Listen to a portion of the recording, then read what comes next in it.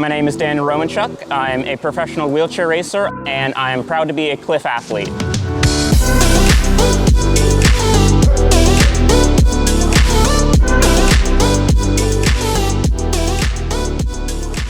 So I got started in sports when I was 2 years old. I started with the Bennett Blazers Physically Challenged Sports Program out of Baltimore, Maryland. I was swimming when I was 3. I started track when I was 4.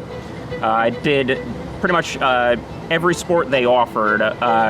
Track, field, swimming, basketball, hockey, table tennis, archery, the list goes on.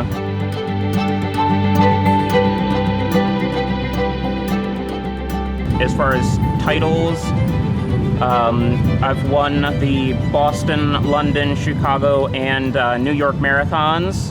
But I really view records as sort of limits to be pushed and not things to be owned.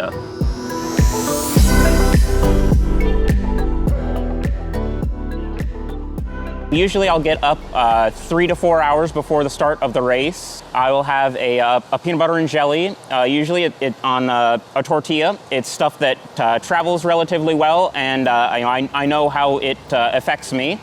I'll have that along with some coffee. I will have taken care of all of my equipment and getting that prepped, usually the day before.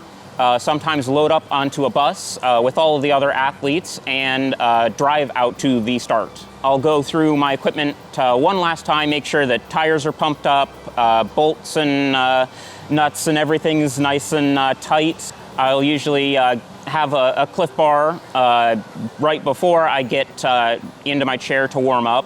Once I'm done warming up, we'll usually get lined up on the start line around 15 minutes or so before the race, and then I will have the Clif gel right on the start line there, and then it's pretty much guns going off.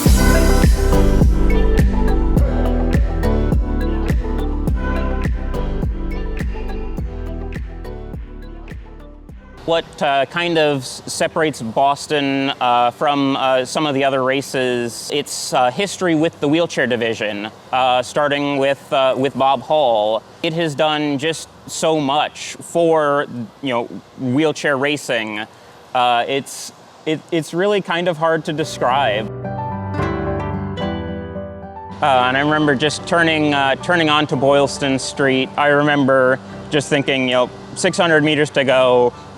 I just give it everything at this point. Crossed the line, broke the tape, and with my face, no less. And then there was a bunch of photographers about 15 feet behind the finish line, and I'm going around 20 miles an hour. So I have to, just quick pump the brakes, try and swerve to avoid them. But then, yeah.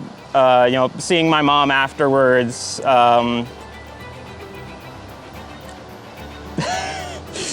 was, like I said, surreal.